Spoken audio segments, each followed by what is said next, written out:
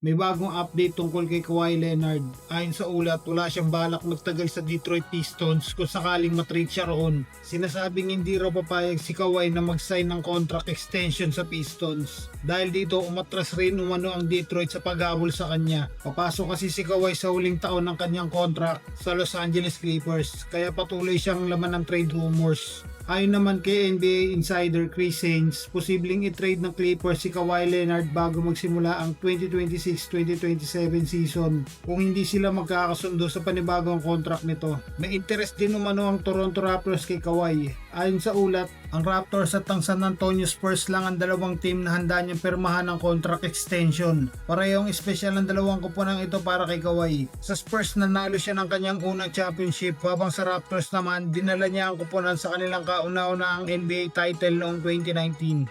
Sa kabila ng kanyang injury history, napatunayan ni Kawhi noong nakaraang season na isa pa rin siya sa pinakamahusay na player sa liga. Nagkaroon siya ng 65 games, nagtala ng 27 points, 6 rebounds at 3 assists per game na may kasama pang 1.9 steals. Dahil dito, napasama siya sa All-NBA second team at nagtapos sa ikapito sa MVP voting. Samantala, mukhang malaki ngayon ang tsansa na umalis na LeBron sa Los Angeles Lakers. Ayon sa NBA insider na si Jake Fisher, maraming tao ang naniniwalang mas malamang na umalis si LeBron kaysa manatili sa Lakers. Ayon naman kay Shams ng ESPN, isang beses pa lang nag-uusap ang Lakers at ang kampo ni LeBron matapos ang NBA Finals. Hanggang ngayon wala pang iniaalok na bagong kontrata ang Lakers. Sinabi rin ni Ramona Shelburne na hindi pa sigurado kung maglalaro pa si LeBron sa susunod na season. Posible rin daw na bumalik siya ng Cleveland o lumipat ng Warriors kung itutuloy niya ang kanyang karir. Isa sa mga problema ng Lakers ay ang salary cap. Kailangan nilang bigyan ng malaking kontrata si Austin Reeves. Gusto rin ni Luka na kumuha ang team ng isang mahusay na center. Dahil dito, mahihirapan silang maipasok ang malaking sweldo ni LeBron. May balita rin na ayaw ni LeBron na tanggapin ng malaking bawas sa kanyang sweldo. Meron na lang hanggang June 30 para makausap si LeBron bago magsimula ang free agency. Sa ngayon, wala pang final na desisyon, pero posible talagang matapos ang panahon ni LeBron sa Los Angeles Lakers ngayong off-season.